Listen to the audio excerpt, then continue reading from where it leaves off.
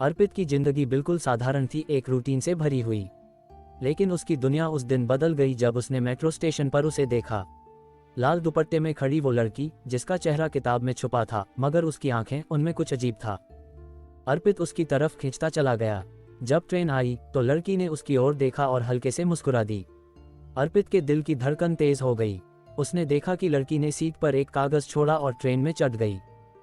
कागज पर लिखा था, अगर तुम मुझे फिर से देखना चाहते हो तो कल इसी समय इसी जगह आना, लेकिन एक वादा करो, कभी मुझसे मेरे अतीत के बारे में मत पूछना।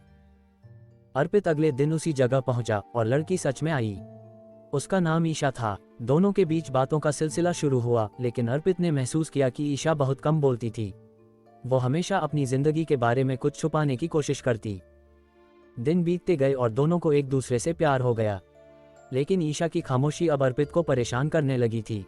वह जानना चाहता था कि वह किस चीज से भाग रही है। एक दिन अर्पित ने ईशा का पीछा किया। वह एक पुराने कब्रिस्तान में गई और एक पुरानी कब्र पर जाकर खड़ी हो गई।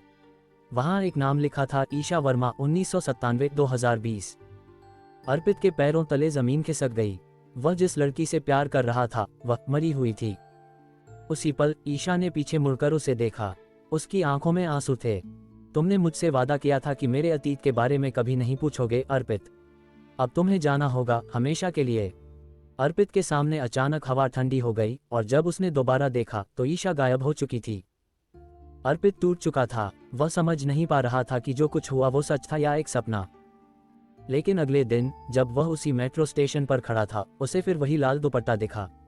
ट्रेन आई और खिड़की के पीछे ईशा खड़ी थी, हल्की मुस्कान के साथ।